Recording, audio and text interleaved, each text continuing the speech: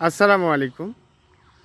আমরা অনেকেই আফসোস করছি, আহারে রমজান মাস আমাদের কাছ থেকে বিদায় হয়ে গেল। আমরা কত হাজি ছিলাম, আমরা কত বুজুর্গ ছিলাম, এই রমজান মাসে আমরা কত ইমানদার ছিলাম, কত সুন্দরভাবে আমরা আল্লাহর ইবাদত কায়েম করেছি, পালন করেছি। অনেক কথা, মানে আমরা রমজান মাস আসলেই আমরা হাজি হয়ে যাই। আমাদের দেশে ঘরে ঘরে বুজুর্গ লোক তৈরি হয়ে যায়। আবার যখন রমজান চলে যায়, আবার আগের মতো রোজা থাকে, নামাজ পড়ে, এভাবেই চলে। আবার যখন রমজান চলে যায়, আবার আগের মতো। যে চুরি করে আবার চুরির কাজে লিপ্ত, যে জেনা করে আবার জেনার পর্যায়ে চলে যায়, যে ডাকাতি করে সে আবার ডাকাতির মধ্যে লিপ্ত হয়ে যায়, যে কাপড় তুলে তুলে বেড়ায় সে আবার মনে করেন কাপড় তুলে সেই কাজে লিপ্ত হয়ে যায়। রমজান কিন্তু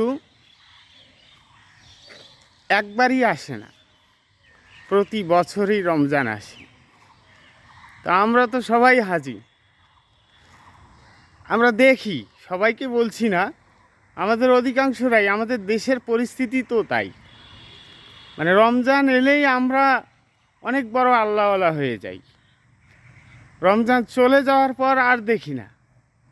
বছরের পর বছর রমজান আসছে, আমরা কি আমাদের চরিত্র সংশোধন করতে পেরেছি? পারছি না তো।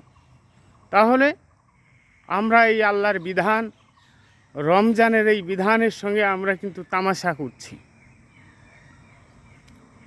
এটা তামাশা, কারণ শিক্ষা নিতে পারিনি। হুজুর ওয়াজ করে, এক হুজুরকে দেখলাম, এক হুজুরের চায়ের বিল আর একজন দিচ্ছে, তা বলছে বাবা গুলের বিলটাও দিয়ে দাও। গুলটা হাতে নিয়ে বলতেছে যে রোজা রাখছেন? কে হ্যাঁ। তাহলে রোজা রাখতে হবে।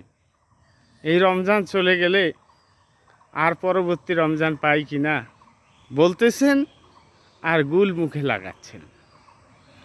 তা আমাদের অবস্থা এরকম।